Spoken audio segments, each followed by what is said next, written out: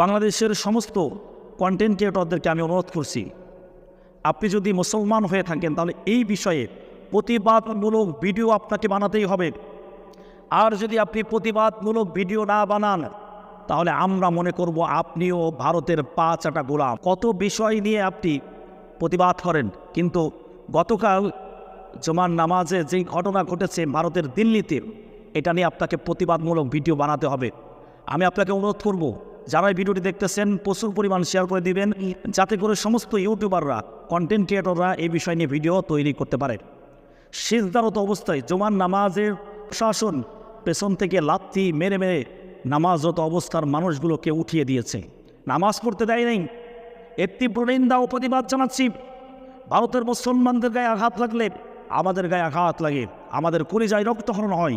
এজন্য সমস্ত কন্টেন্ট ক্রিয়েটরদেরকে আমি অনুরোধ করছি ভিডিও তৈরি করবেন।